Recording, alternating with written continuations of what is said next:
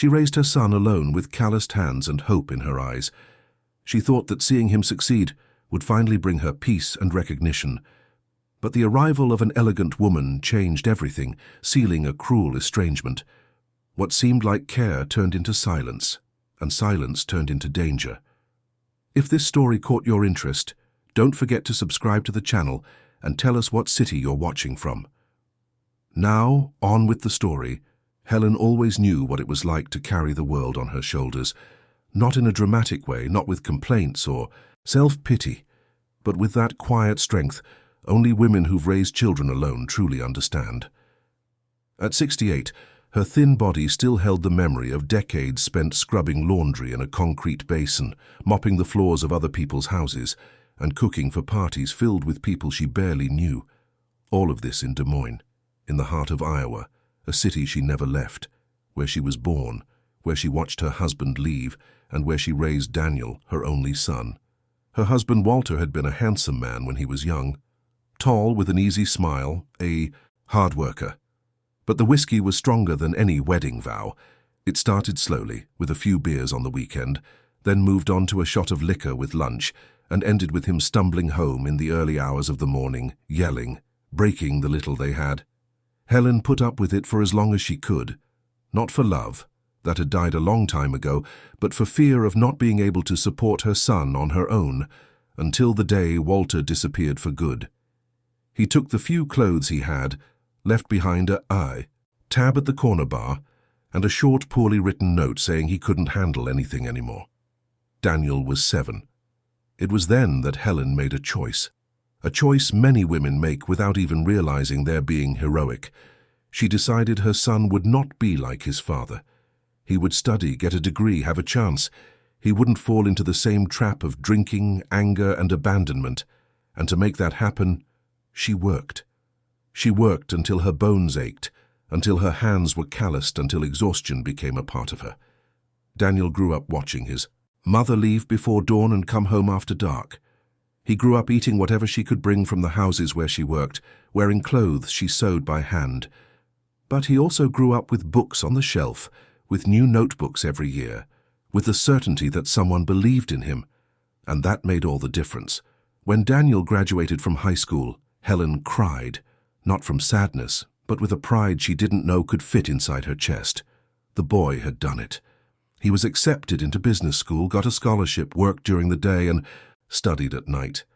And when he graduated at 24, he hugged his mother and said that everything he accomplished from then on would be for her. And he accomplished a lot. Daniel had a knack for business. He started out working at an agricultural co-op, learned how the sector worked, made contacts, and mastered the art of the deal. Within a few years, he opened his own farm supply company. He bought land. He formed partnerships. By 35, he was one of the most respected businessmen in the region. He had properties, contracts, a good name, everything Helen had dreamed, girl for him and more. She continued to live in the same simple house where she'd raised her son, but now she no longer had to work. Daniel insisted on giving her money, paying her bills, fixing up the house. Helen accepted with gratitude, but never stopped being who she was. She still woke up early, watered her plants, baked cornbread on the weekends, and went to church every Sunday. And her son visited. Not every day, but he visited. He always called, asked how she was, took her out to lunch. Helen felt complete, until Daniel met Victoria. Vance was the kind of woman who commanded attention without raising her voice.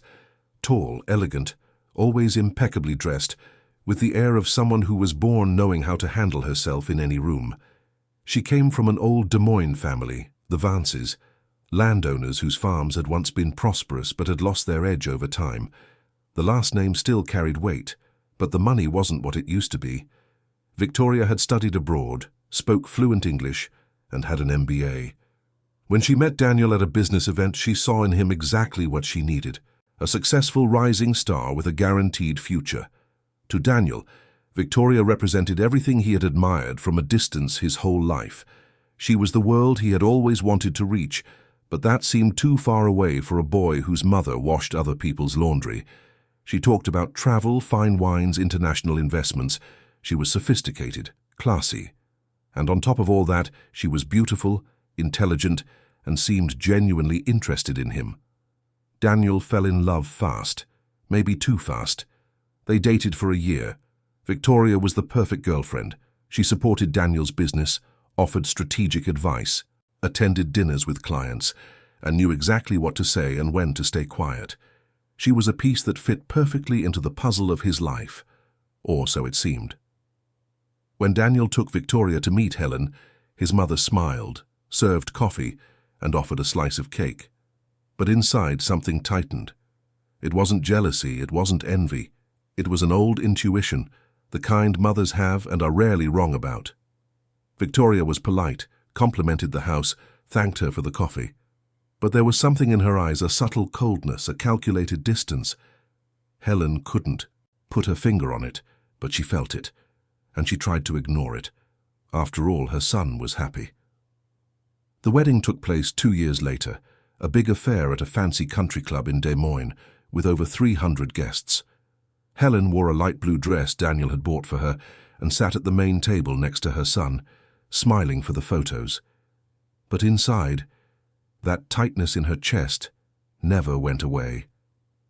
She looked at Victoria, so beautiful in white, so perfect, and couldn't shake the feeling that something was wrong. In the first few months of marriage, everything seemed normal.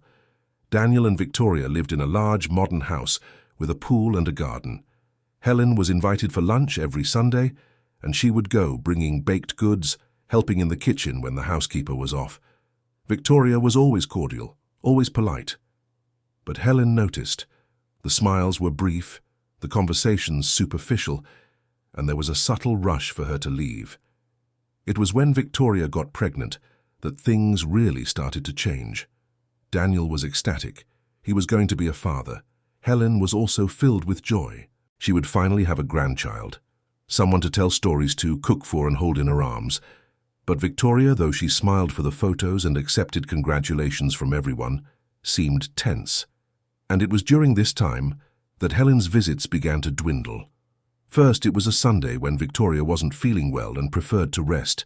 Then, it was a last-minute commitment that had come up. Then, Daniel had to travel, and Victoria was alone and couldn't host. The excuses were always wrapped in politeness and logic. Helen was never mistreated directly, but the invitations stopped coming. Daniel's phone calls became shorter, and when she called, Victoria would answer, always saying Daniel was busy and would call back later. Except later rarely came. Helen accepted it all with the patience of someone who believes things will sort themselves out in time. After all, Victoria was pregnant. Daniel was focused on his business. It was natural for their routine to change. She didn't complain.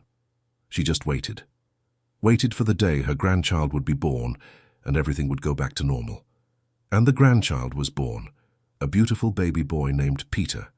Helen went to the hospital the day after the birth, bringing flowers and a pair of crocheted booties she had made with her own hands. She held her grandson in her arms and felt her heart overflow. This baby was the continuation of everything. He was proof that her struggle had been worth it. But when she looked up and saw Victoria in the hospital bed, she saw something that chilled her to the bone. A hard, cold, calculated look. A look that said, without words, that this baby was not hers to love. In the following months, Helen practically vanished from her son's life. She still called, but Daniel rarely answered.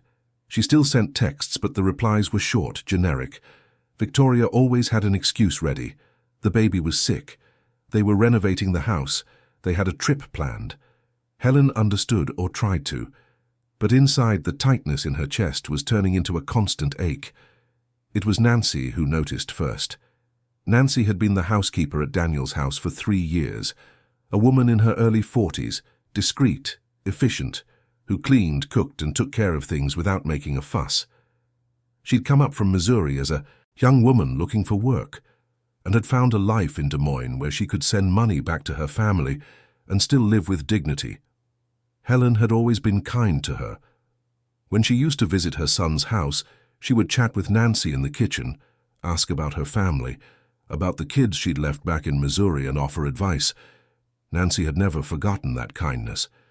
To her, Helen was a real woman, the kind you don't meet often in life, and Nancy saw everything. She saw how Victoria badmouthed Helen when Daniel wasn't around, telling her friends on the phone that her mother-in-law was old-fashioned, had no class, and embarrassed her in front of guests. She saw how she would cut her mother-in-law's calls short, making up elaborate excuses, saying Daniel was in a meeting when he was right there, sitting in the living room completely unaware. She saw how, little by little, the matriarch was being erased from her own son's life, as if she had never existed. But Nancy knew. She knew that Helen had raised that man on her own, that she had sacrificed her entire life for him to get where he was. And she saw how Daniel, blinded by love or ambition, didn't notice a thing. He was so busy building his empire, closing deals, traveling to trade shows, and expanding his business that he couldn't see what was happening inside his own home. One day Nancy was ironing in the laundry room when she overheard Victoria on the phone. Her voice was low, almost a whisper, but the tone was clear, urgent. She was talking to someone she seemed to know well, and said she needed to solve a problem, that there was someone who knew too, much, someone who could ruin everything, someone who needed to be removed for good. Nancy stopped ironing. The iron hung in mid-air as she tried to listen more closely. Victoria continued. She said she had a plan, that it would be quick, that no one would suspect a thing, that in a few weeks the problem would be solved. Nancy felt a chill run down her spine. She wasn't sure what she was hearing, but she knew it was nothing good. And when she saw Helen the following week, carrying a cornbread to the kitchen door, knocking on the back door like a stranger, not invited in, not even allowed to hug her grandson, she decided she needed to pay attention. Very close attention. Helen, for her part, kept trying. She tried to call, tried to visit, tried to be a part of the life of the boy she had watched grow into a man, a father, a businessman, but it was as if an invisible wall had been built between them. And the worst part was that Daniel didn't see it. He was convinced his mother understood, that she knew he was busy, that times were different. Victoria had that talent, the talent of making everything seem natural, justifiable, inevitable. On the few occasions Helen managed to speak with her son, he was always in a hurry. He'd say he'd call back later, that they'd schedule lunch sometime, that he'd bring Peter to visit his grandma over the weekend. But the weekend never came. And Helen, with that infinite patience only mothers possess, kept waiting. She kept believing that one day everything would go back to normal, that the love she had given her son would come back to her somehow, that her grandson would grow up knowing his grandmother, hearing her stories, learning the recipes she had treasured her whole life. But what Helen didn't know was that Victoria had other plans, plans that went far beyond a simple estrangement, plans that involved secrets so deep, so dangerous, that Helen's mere existence was a threat. Because Helen, without even knowing it, carried a suspicion within her, an intuition that had started the day she first met Victoria, and that only grew stronger. And Victoria knew it. She knew that mothers see things their children don't. She knew that sooner or later, Helen might discover the truth, and that could not happen. So in the quiet of that large house in Des Moines, while Daniel ran his business and little Peter learned to walk, Victoria began to weave the threads of a plan that would change everything. A plan that would start with a gentle conversation, with a proposal that seemed to come from the heart, but that hid something much darker. And Helen, with all her kindness, with all her faith in unconditional love, had no idea what was coming. Enjoying this story? Tell me what you think of it and how you think it will end. Enjoying this story? Tell me what you think of it and how you think it will end. The proposal came unexpectedly, but it was wrapped in care and concern. It was on a Thursday afternoon, 3 months after Peter was born, when Victoria called Helen for the first time in weeks. Her voice was sweet, almost affectionate, and that alone made Helen suspicious. After all, months of coldness don't just vanish overnight without a reason. Victoria said she was worried about her mother-in-law's health, that she'd heard Daniel mention Helen had been tired with back pain, complaining of insomnia. She thought, It was important for her to get some rest, break from her routine, breathe some fresh air. And so she and Daniel had come up with an idea. They had a rural property, a small farmstead out in Winterset, about 40 minutes from Des Moines.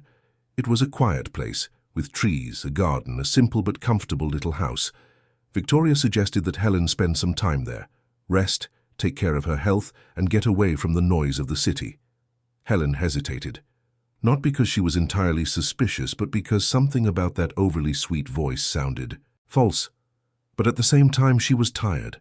Tired of fighting to see her son, tired of feeling invisible, tired of waiting for an invitation that never came. And maybe, she thought, this was a chance to get closer to her family again. If she did what Victoria was suggesting, maybe it would show goodwill, maybe things would get better. So, after thinking it over for a few days, Helen accepted. Daniel was happy with the decision. Or at least, that's what he said when he called to confirm. He said his mother deserved a rest, that the farm was perfect for it, and that he would take her there himself over the weekend. Victoria would take care of everything, hire someone to keep her company, and make sure she had everything she needed. Helen listened and nodded, but inside, that tightness in her chest didn't go away.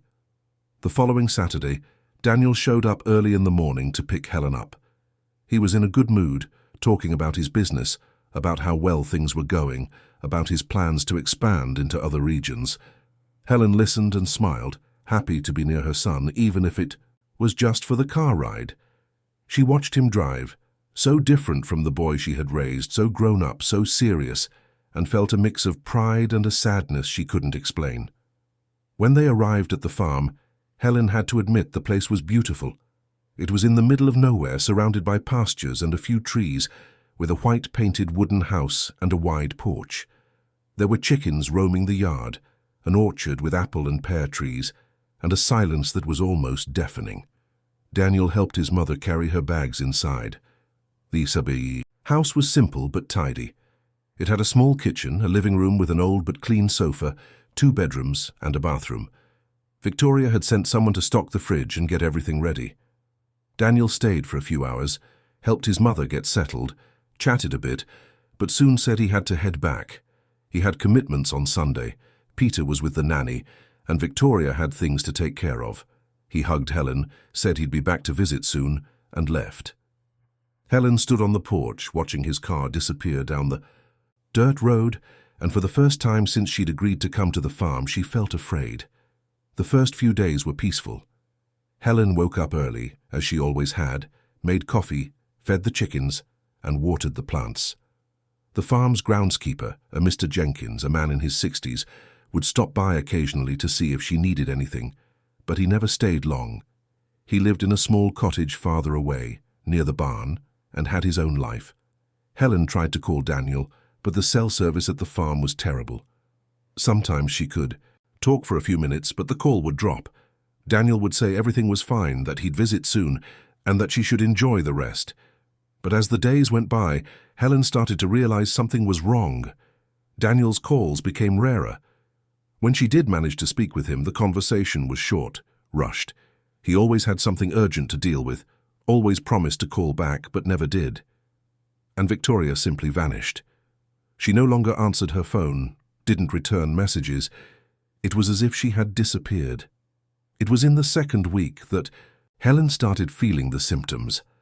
A strange dizziness that came out of nowhere and left her disoriented, a weakness in her legs that made her grab onto furniture to keep from falling, a heavy drowsiness that pulled her to bed in the middle of the afternoon, even when she hadn't exerted herself.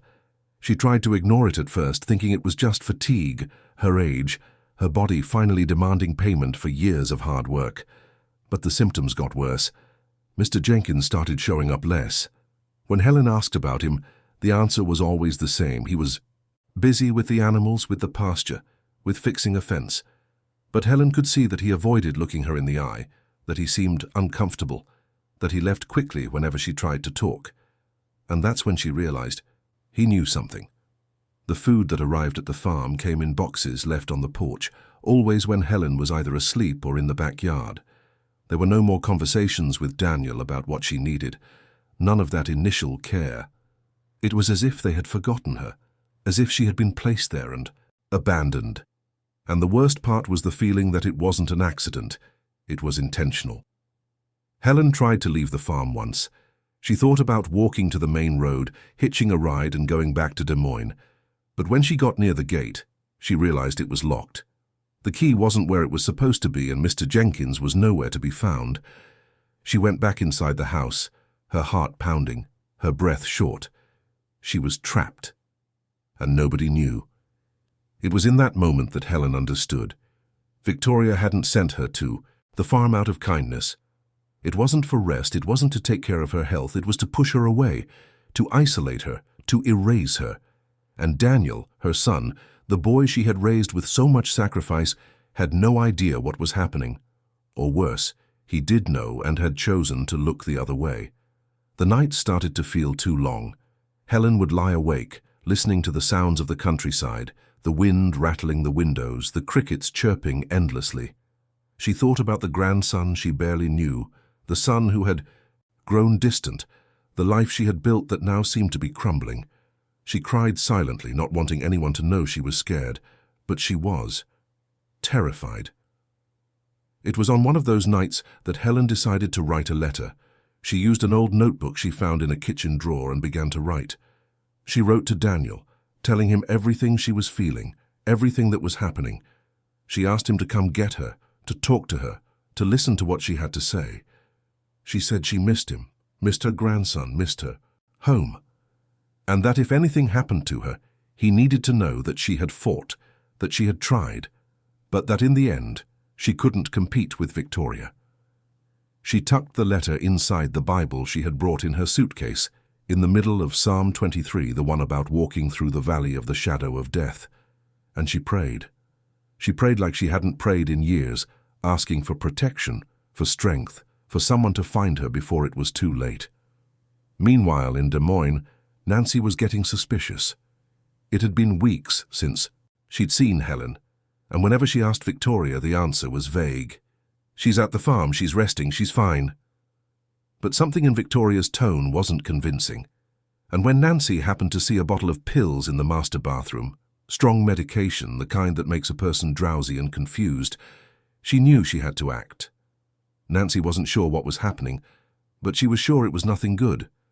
So one afternoon when Victoria was out and Daniel was away on business, she took the farm's address, which was jotted down on a piece of paper on the fridge, and decided she was going there. Alone, without telling anyone, because if she told someone, no one would believe her. After all, who would suspect Victoria? Who would imagine that a woman so polite, so refined, so perfect, would be capable of something so cruel? Nancy took a bus to Winterset, got off at the station and walked until she managed to hitch a ride with a trucker passing through the area.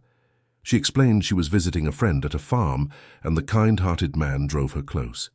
She walked the rest of the way, following the directions she'd written down, until she found the white-painted wooden gate.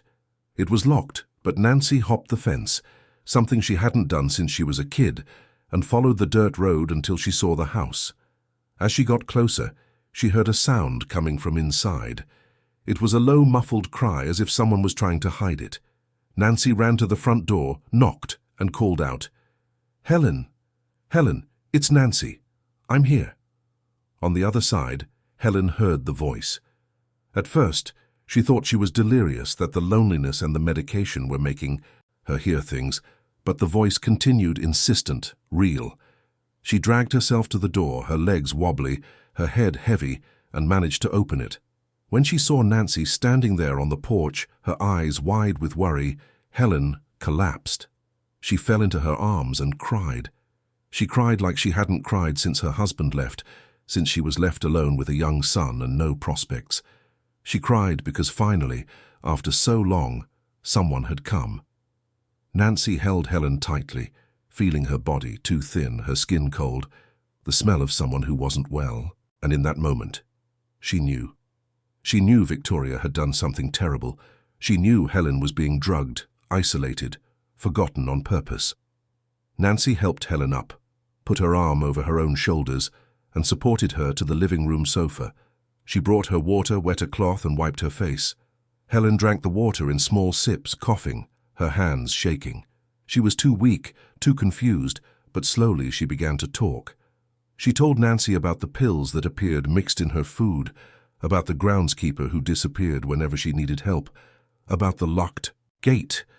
She told her about the fear she had felt, about the nights she thought she would die there alone with no one knowing. Nancy listened with a heavy heart. She had always known Victoria was cold and manipulative, but she never imagined she was capable of something like this. Leaving an elderly woman to waste away in the middle of nowhere, drugged and isolated. And the worst part was knowing that Daniel had no idea. Nancy knew that when he found out the truth, the ground would crumble beneath his feet. But he had to know. He had to know before it was too late. With what little strength Helen had left, Nancy helped her gather a few things. She took the pills from the kitchen cabinet and put them in a bag. She took the letter from the Bible, carefully folded between the yellowed pages. And then, slowly, step by step, the two of them left. They struggled to get over the fence. Nancy practically had to carry Helen, who could barely stand. They walked to the road and waited. A tractor passed, but the driver didn't stop. A motorcycle went by, but it was loaded with bags, a feed. Just when Nancy was starting to think they would have to walk for miles, an old pickup truck appeared, driven by an old man in a straw hat.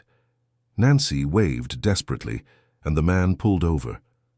She explained that her friend had fallen ill and they needed to get back to the city. The man looked at Helen, saw her condition, and didn't ask any questions. He told them to climb in the back. It was there, in the bed of the pickup truck, holding Helen in her lap, that Nancy made the journey back to Des Moines. The wind whipped their faces. The road was full of potholes and Helen shivered from cold and weakness. But she was alive. She was out of that place. When they arrived at the Des Moines bus station, it was already dark. Nancy thanked the man in the pickup. Sitting on a bench at the station with Helen lying beside her, Nancy took out her phone and did the only thing she could. She called Daniel. He answered on the third ring. His voice was tired. Nancy took a deep breath and spoke. "Mr. Miller, I need to talk to you." It's urgent. It's about your mother." Daniel was silent for a second, then asked what had happened. And Nancy, her voice firm but trembling with emotion, told him everything. She told him she had gone to the farm, that she had found Helen alone, drugged, locked in, abandoned. She said she was in bad shape, very bad. Daniel was speechless. On the other end of the line, all she could hear was his rapid, uneven breathing. After what felt like an eternity, Daniel spoke. "Where are you?" Nancy told him they were at the bus station. He said he was on his way, that they shouldn't move, and he hung up. Nancy put her phone away, looked at Helen sleeping restlessly on the hard bench, and prayed that when Daniel arrived, he would be ready to hear the truth, because the truth she had to tell him would change his life forever. Daniel drove through the city as if in a trance. His hands gripped the steering wheel so tightly his knuckles turned white. His mind reeled with 1,000 thoughts, trying to make sense of what Nancy had just said. His mother, drugged, locked in, abandoned, it didn't make sense. Victoria had been so careful, so thoughtful, insisting that his mother rest at the farm. How could what Nancy was saying be true? But deep down, in a part of him that had been buried by ambition and the desire to belong to a better world, Daniel knew. He knew he had neglected his mother. He knew he had stopped calling, stopped visiting, stopped asking how she was. He knew he had accepted Victoria's excuses without question, because it was easier that way. Because questioning would mean admitting he had chosen his wife over his mother, status over love, appearances over truth. When he got to the bus station, he saw them sitting on a bench. Nancy was holding his mother, who looked like a rag doll, her body too thin, her head lolling to one side. Daniel got out of the car and ran, and when he got close and saw his mother's condition, her pale face, her sunken eyes, her trembling hands, something inside him broke. He knelt in front of her, took her hands in his, and cried. He cried like he hadn't cried since he was a child, since the days he would watch his mother come home exhausted from work and still make dinner, help with homework and tell stories before bed. "Mom," he said, his voice choked. "Mom, I'm so sorry." Helen slowly opened her eyes, looked at her son, and tried to smile. But the smile came out crooked, weak. She didn't even have the strength for that. Daniel picked her up in his arms carefully, as if she were a child, and carried her to the car. Nancy followed, carrying the bag with the pills and the letter. Once they were in the car, Daniel looked at Nancy in the rearview mirror and asked, "What happened? Tell me everything." And Nancy told him. She told him about the suspicion she'd had for months, about the phone call she'd overheard, about her decision to go to the farm. She told him about the state she'd found Helen in, alone, drugged, unable to leave. She told him about the locked gate, the disappearing groundskeeper, the pills mixed into the food. Daniel listened in silence, his jaw clenched, his eyes fixed on the road. And with every word Nancy spoke, his world crumbled a little more. When they reached the hospital, Daniel carried his mother in, his arms to the emergency room. The doctors saw her immediately, ran tests, drew blood, started an IV. And when the test results came back, they confirmed what Nancy already knew.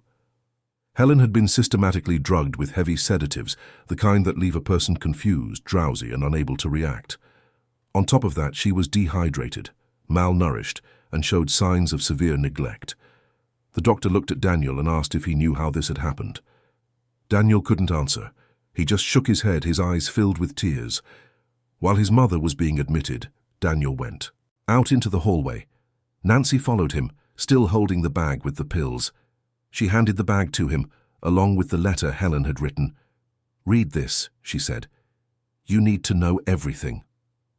Daniel took the letter with trembling hands, opened it, and began to read. And with every line, every word, his heart broke a little more.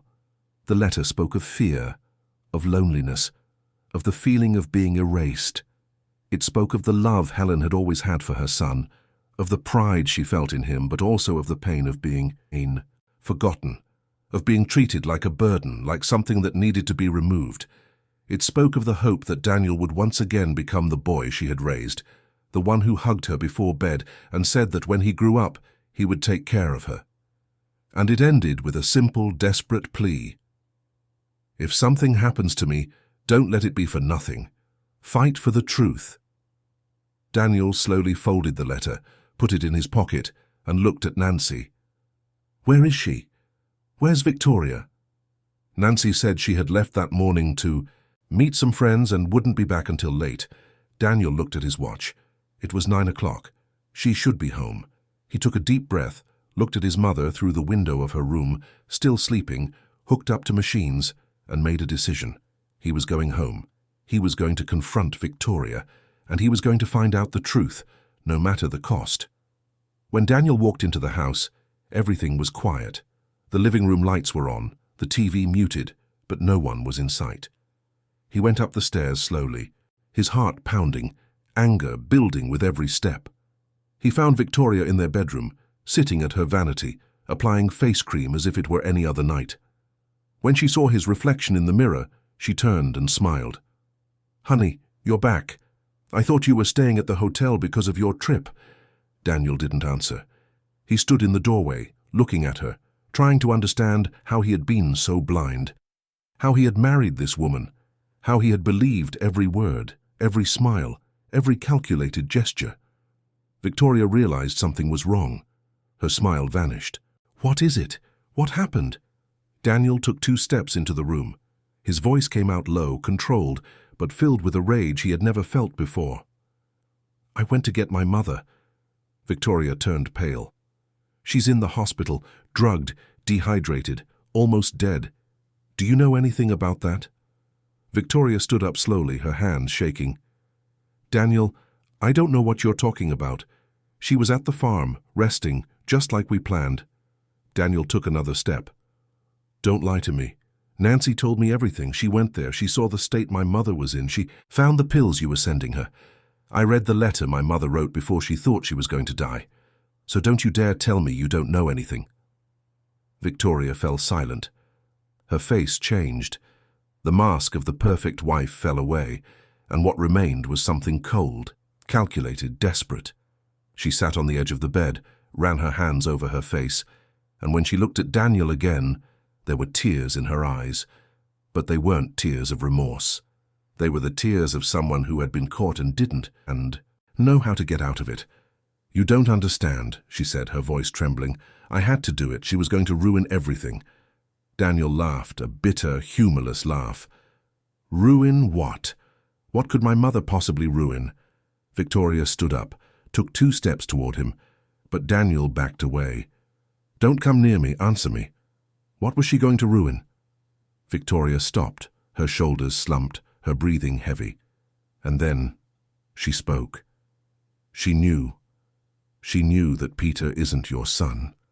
Daniel stood frozen, as if he'd been punched in the gut. The world spun for a second, and he had to lean against the wall to keep from falling. "What?" Victoria wiped her tears with the back of her hand. She knew. From the beginning. She would look at Peter and she could see it. She saw that he had nothing of you. And I knew she would tell you. That she would destroy our marriage, our family, everything we've built. Daniel couldn't breathe. Victoria's words echoed in his head, but he couldn't process them. His son wasn't his. The boy he had held when he was born, rocked to sleep, dreamed of teaching to ride a bike, wasn't his. He looked at Victoria and his voice came out as a hoarse whisper. "Whose is he?" Victoria closed her eyes, and when she opened them, the truth came out. "Mark's." Daniel felt his legs give way. Mark, his best friend. The guy he'd known since college, who had been the best man at his wedding, who came over for dinner every month. That Mark. Victoria nodded, her head bowed. "It was just once. You were traveling, I was lonely, and it happened. I didn't plan it. But when I found out I was pregnant, I knew. The baby wasn't yours, and I had to choose. Tell the truth and lose everything, or stay silent and build a life." Daniel took a step back, then another, until his back was against the wall. The room was spinning. The floor felt like it was opening up beneath him. Everything he had believed in, everything he had built was a lie. His wife was a lie. His son was a lie. His entire life was a lie. And his mother, the only person who had always been by his side, the only one who had never lied, had been pushed away, drugged, nearly killed because she knew the truth. He looked at Victoria and he no longer felt anger. He felt disgust. "Get out of my house!" Victoria looked up, her eyes wide. "Daniel, we can talk. We can work this out," Daniel screamed. "Get out of my house, now!" Victoria stumbled back, terrified. Daniel grabbed his phone, called his lawyer, even though it was late, and said he needed a divorce. Immediately. Then he hung up, looked at Victoria again and said, "You have until tomorrow morning to get your things and leave. And don't you come near. Peter, don't you come near my mother. Don't you come near me. It's over." Victoria tried to speak, tried to explain, but Daniel had already left the room. He went downstairs, grabbed his car keys, and drove back to the hospital. He needed to be with his mother. He needed to ask for forgiveness, to tell her he had been wrong, that he had been blind, that he had chosen all the wrong things. When he got to the hospital, it was past midnight. The hallways were silent. Daniel entered his mother's room and found Nancy still there, sitting by the bed, holding Helen's hand. Nancy, who was just a housekeeper, was there in the middle of the night, taking care of his mother as if she were family. Nancy looked at Daniel and saw in his face that something had happened. She didn't ask. She just stood up, said she was going to get some coffee, and left them alone. Daniel approached the bed slowly, looked at his sleeping mother, took her hand, and began to speak softly. "Mom, I messed everything up. You always knew, didn't you? You always saw something was wrong with Victoria, but I wouldn't. Listen, I was so busy trying to be someone that I forgot where I came from. I forgot you." His voice broke. "And I almost lost you because of it." Helen stirred in the bed. He squeezed her hand and continued. "I found out the truth. About Peter, about the affair. And I understand now why you had to be sent away. Because you knew. But it's over, Mom. I ended it with her." He stayed there, holding his mother's hand, until the sun began to lighten the sky through the window. Nancy came back at some point, brought coffee, but Daniel barely touched it. When Helen finally woke up, it was almost noon. She opened her eyes slowly, confused. She saw the machines, the IV, the white walls, and then she saw her son, sitting by her bed, his eyes red, his face tired. Daniel leaned forward. "Mum, you're in the hospital. You're safe now. Nancy brought you back." Helen looked at him for a long time. Then, with great effort, she squeezed his hand. "You came," she said, her voice weak. Daniel nodded, tears streaming down his face. "I came, Mum, and I'm not leaving again. I promise." Helen closed her eyes again, but this time there was the hint of a smile on her face. In the days that followed, as Helen recovered, Daniel reorganized his life. Victoria moved out, taking only her clothes. She tried to call, but Daniel blocked her number. The divorce was in motion, and he was fighting for full custody of Peter. Victoria could visit, but only under supervision. The issue of Peter was difficult. Daniel knew the boy wasn't his biological son, but this was the child he had rocked to sleep. Watched take his first steps, taught to say "Daddy." He talked to his mother about it one afternoon when she was feeling better. "Mum," he asked, "what do I do about Peter? He's not my son by blood, but I've raised him." Helen looked at him with wisdom in her eyes. "Son, blood doesn't make a family. Love does. If you love that boy, if you chose to be his father, then you are his father. The rest doesn't matter." Daniel felt a weight lift from his shoulders. She was right. He would continue to be Peter's father. He would protect the boy, and he would make sure he grew up knowing what real love was. When Helen was discharged 2 weeks later, Daniel took her home, not to her house, but to the large house where he lived. He renovated a downstairs bedroom, setting it up just the way she liked, and Nancy, who had lost her job when Victoria left, was hired again, but this time not as a housekeeper, as a confidant, as part of the family. Life began to take on a new shape. Helen started cooking again, taking care of her grandson, walking barefoot through the yard. Daniel started working less, being more present, listening before making decisions, and Peter grew up surrounded by true love. But the wound was still open. Daniel knew that before he could completely move on, he needed to confront one last person, Mark, the man he had called his friend. So one Saturday afternoon, Daniel arranged to meet him at a coffee shop downtown. When they sat down, face to face, Daniel looked into his eyes and saw what had always been there. Deceit. The coffee shop was busy for a Saturday afternoon. Daniel and Mark sat at a table in the back, away from the crowd. Mark was smiling, relaxed, with no idea what was coming. He ordered a cappuccino, commented on the weather, and asked how Peter was doing. Daniel didn't answer any of his questions. He just stared at him in silence until Mark's smile began to fade. "What's up, man? You're acting weird." Daniel took a deep breath. "I know everything, Mark. I know Peter is your son. I know you and Victoria betrayed me." Mark's face went pale. He opened his mouth to speak, but nothing came out. Daniel continued, his voice firm but filled with hurt. "And you know the worst part? It's not even the affair. It's that you kept coming to my house, having dinner with me, playing catch with Peter, pretending to be my friend, all while knowing that the son I thought was mine was yours. That's low, Mark. Incredibly low." Mark tried to explain. "Daniel, I can explain. It was a mistake. It was just one time. I never wanted this to happen." Daniel held up a hand, cutting him off. "I don't want an explanation. I don't want an apology. I don't want to hear it was just one time, because you had years to tell me the truth. Years where you watched me raise your son, watched me love him, watched me dream about his future. And you said nothing. You chose to stay silent. So don't come to me now saying it was a mistake. A mistake is something you fix. You just hid it." The silence between them was heavy, thick. Mark kept his head down, his hands trembling as he held the coffee cup he hadn't touched. Daniel went on, "I just want you out of my life. You're not my friend anymore. You're nothing to me. And if you ever try to get near Peter, if you try to claim anything, I will do whatever it takes to keep you away. Because he may have your blood, but he is my son. I raised him. I was the one who woke up in the middle of the night when he cried. I was the one who taught him to walk. I'm the one who will be there when he needs me. You're just a stranger who made a mistake." Mark looked up, and for the first time, Daniel saw something that looked like remorse. "Daniel, I'm so sorry. I really am. I ruined everything. I ruined our friendship. I ruined your marriage. I ruined it all. And I'm going to have to live with that for the rest of my life. But you need to know I never wanted to hurt you." Daniel shook his head, a bitter smile on his lips.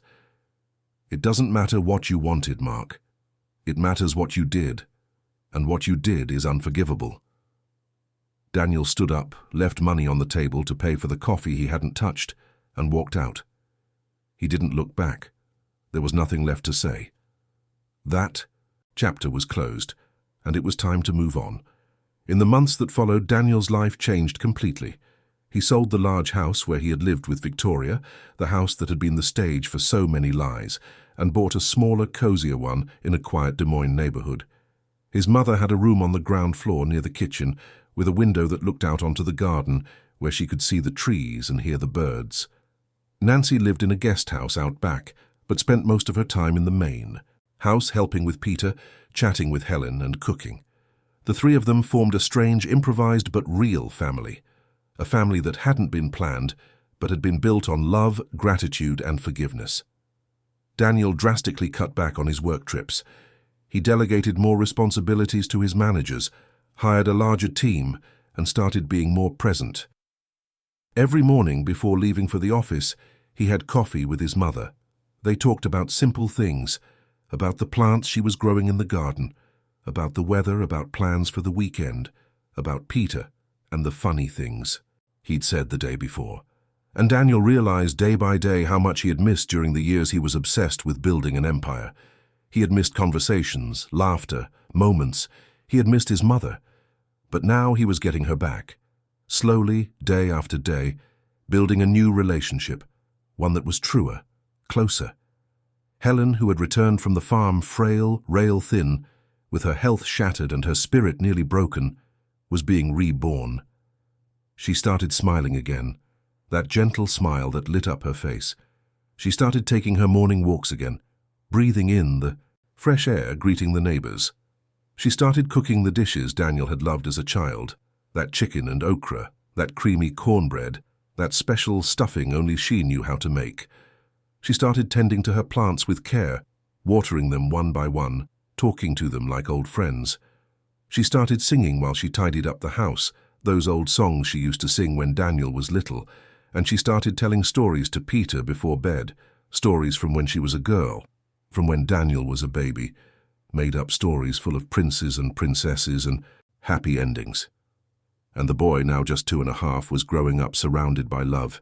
He called Helen Grandma with that garbled toddler pronunciation, called Nancy Auntie, and called Daniel Dad. And for Daniel, that was all that mattered. The DNA didn't matter. Biology didn't matter. Love mattered. Presence mattered. Being there every day, building memories, creating bonds, being a family. The divorce was finalized 6 months after everything came to light. Victoria didn't contest custody.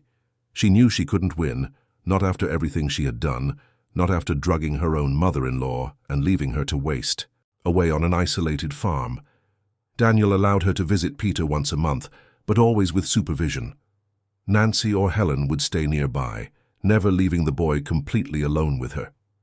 And on the few occasions Victoria showed up, she brought expensive, beautiful gifts that Peter barely glanced at. The boy had no bond with her. To him, this woman was almost a stranger who appeared every now and then. The real mother in his heart was the grandmother who baked cakes, told stories, and held him when he cried. Helen would watch these visits from a distance. Not out of suspicion, though she had every reason to be suspicious, but out of protection. Because now she was there to protect her grandson, to ensure that nothing bad happened to that boy, that he grew up safe, loved, and free from the traumas she herself had endured. Victoria tried to approach Helen once, a few months after the divorce. It was during one of those visits, as she was dropping Peter off. She stopped at the door, looked at Helen, who was in the living room folding laundry, and said in a trembling voice, "Helen, I'm so sorry for what I did. I was scared, I was desperate, and I was wrong, I was so wrong." Helen stopped what she was doing, set the laundry on the table, and looked at her for a long time. Not with anger, not with hatred, though she had more than enough reason to feel both, but with a deep sadness, a disappointment that was beyond words. "You tried to erase me, Victoria," Helen said, her voice calm but firm. "You tried to take me out of my son's life, my grandson's life. You drugged me, you locked me up, you left me, alone thinking I was going to die. And you almost succeeded, so don't come asking for forgiveness now as if it's something simple. Forgiveness is something you earn with actions, not something you ask for with pretty words." Victoria lowered her head, tears streaming down her face. She tried to speak, but her voice was choked. Helen continued, her eyes fixed on her. "I'm not going to stop you from seeing Peter, because he needs his mother, even if you're not the mother he deserves. But don't expect me to forget, because I won't. I won't forget the fear I felt. I won't forget the nights I spent thinking I would die alone. I won't forget that you chose to destroy me to protect your lies." Victoria nodded, wiped her tears with the back of her hand, and left without another word. And from that day on, she never tried to speak to Helen again. She just came, picked up her son for a few hours, and brought him back. It was the most Helen would allow, and it was the most Victoria deserved. With time, the wound began to heal. Not completely, because some wounds never truly close. They leave scars we carry forever, but enough for life to have color, flavor, and purpose again. Daniel went back to being the son Helen had raised, that thoughtful boy who worried about her. Present, attentive, affectionate. And Helen went back to being the mother he had always had, but had forgotten to value in recent years. The two of them talked more, laughed more, hugged more, and Peter grew up seeing that, learning that family isn't perfect, but it is real, that people make mistakes, but they can redeem themselves, that true love survives everything. Nancy, who had been just a housekeeper years ago, became Helen's best friend. The two would spend hours talking in the kitchen, drinking coffee, reminiscing about old stories, sharing dreams and fears. Nancy would talk about her life in Missouri, about her children who were now grown and independent, and Helen would listen, advise, and encourage, and together they formed a support system that held that family together. Because family, they learned firsthand, isn't just about blood. It's about choice. It's about presence. It's about care. It's about loyalty. On a sunny Sunday afternoon, almost a year after everything had happened, Daniel and Helen were sitting on the porch, watching Peter play in the yard. The boy was chasing a ball, laughing loudly, his hair messy, his face smudged with dirt. And Daniel looked at his mother and said, "Mom, thank you for everything, for raising me alone, for fighting for me, for forgiving me." Helen smiled, that gentle smile only she had. "Son, I'm your mother. That's what mothers do." Daniel took her hand, squeezed it affectionately. "I know, but I almost lost you. And if it weren't for Nancy, I would have." Helen turned to him, her eyes full of emotion. "But you didn't lose me, Daniel. I'm here, and I'll be here whenever you need me, because that's what mothers do. We never give up." They sat there in silence, watching the grandson play, listening to the birds, feeling the afternoon breeze. And in that moment, Daniel understood. He understood that the success he had chased his whole life wasn't in the properties, the contracts, the money. It was right there, on that porch, with his mother by his side, his son playing in the yard, the house full of life. This was true success, the story of Helen, Daniel, and Victoria didn't end with a traditional fairy tale happy ending. It ended with rebuilding, with forgiveness where it was possible, with distance where it was necessary, and with love where it should have been all along. Victoria went on with her life, moving to another city to start over, far from the judgment of everyone who knew what she had done. Daniel continued to run his business, but now with completely different priorities, with his family always coming first.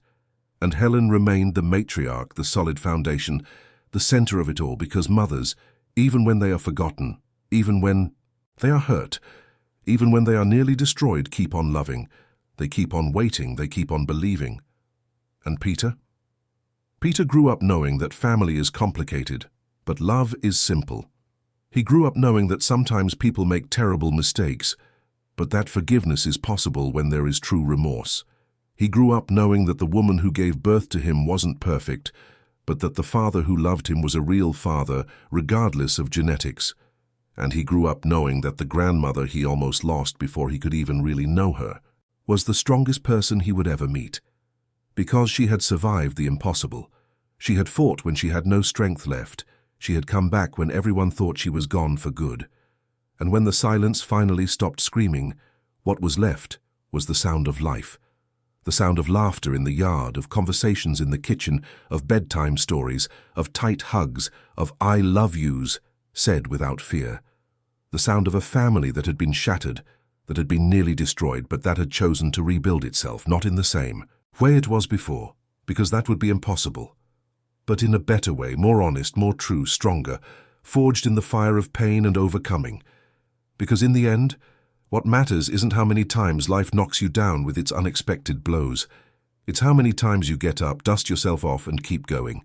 And Helen, with all her quiet strength that impressed everyone who knew her, had gotten up. And she had lifted her entire family up with her, like a strong tree that protects with its shade. Because that's what mothers do, they never give up.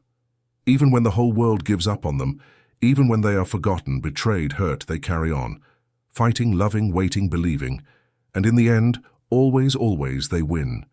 Because a mother's love is the most powerful force in this world. End of story. Dear listeners, we hope the story of Helen, Daniel, and their whole family has touched your heart. If you were moved, please leave a like, subscribe to the channel, and tell us in the comments what part resonated with you the most. Every day we bring you intense stories like this one, revealing the deepest side of the human soul. We'll see you in the next episode.